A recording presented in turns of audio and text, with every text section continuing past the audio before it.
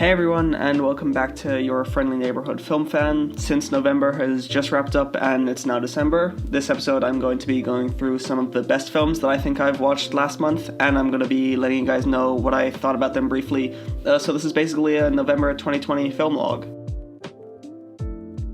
So on the 2nd of November, I watched Enemy, directed by Denis Villeneuve, and this was in fact the first Villeneuve film that I've actually seen. I've always wanted to watch his films before, but I haven't until now, so I thought it was a great film. It is kind of confusing on a first watch, but then you start to put some pieces together and you realize how brilliant it actually is. The tension and atmosphere blends perfectly in this film, which creates a sort of claustrophobic head-scratcher, and it's really unsettling at times, but it works so well. I'd really recommend it. I gave it an 8 out of 10. On the 3rd of November, I watched Prisoners, which was another Denis Villeneuve film featuring Jake Gyllenhaal, Hugh Jackman, and Paul Dano. It's an extremely intense thriller crime drama with some stellar cinematography and a phenomenal screenplay. And I gave that film a 9 out of 10. The next weekend I rewatched all the Harry Potter films, and my favorites were definitely the Half-Blood Prince or the Philosopher's Stone, and I just felt a wave of nostalgia hitting me when I rewatched them all. They were just so amazing. On the 14th, I watched Manchester by the Sea, directed by Kenneth Lonergan, and it's easily made its way into my top 10. It's just so well written and amazingly shot, and the performances are just something else. Just really, really well done. You should definitely watch this. It's an easy 10 out of 10. Then on the 15th, I watched Sorry to Bother You and The Big Lebowski. I don't really have anything to say about The Big Lebowski. I think you should just watch it for yourself, but Sorry to Bother You was something else. I can confidently say that this movie went to places that I have never seen coming. It was intensely packed with just such randomness and pulled it off really well. Both films I gave 9 out of 10s. On the 18th, I watched Videodrome, directed by David Cronenberg. This was my second David Cronenberg film that I've seen, and he's fast becoming one of my favorite directors. His films are just so different, and yet I'm still here to see one where I haven't loved the ending. This film is just so great, and it tells a story that is interesting and always holds your attention. It doesn't drag for a second, and the way it can do as much as it does in such a short space of time is really quite impressive. And I gave Videodrome an 8 out of 10.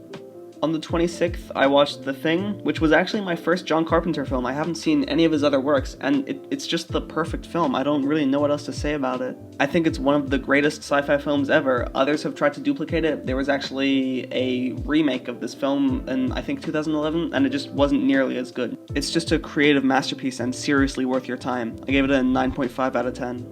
Then on the 27th, I watched Coco, which was just an absolutely beautiful film. The characters, the story, the visuals, the songs, everything was perfect. I'm actually ashamed that it took me so long to watch this film. This might actually be Pixar's best work in terms of its animation. In terms of its story though, I feel like it had some lacking moments, and there was some room for humor that they didn't quite touch upon, but you know, I still enjoyed it so much. I easily gave it a 9 out of 10. As well as watching Coco on the 27th, I saw The Mask with Jim Carrey, and I mean, come on, it's The Mask. You have to love it. There's no way you can't love this film. It's just incredible. It's perfectly wacky, perfectly cheesy, just everything about it is perfect. Telling a story about two hitmen who murdered a priest and had to wait in Bruges for a few weeks until their boss informs them what he wants to do next, and I thought it was pretty good. The acting is great, Bruges is beautifully shot, and it provides a really great background to the story.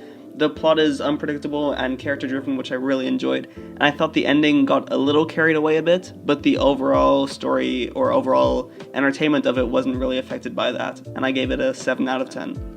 On the 29th, I rewatched Spider-Man Into the Spider-Verse, which is easily my favorite animated film, and one of my favorite Spider-Man films. It's in my top 20. It's, you know, what can I even say about this film that hasn't already been said?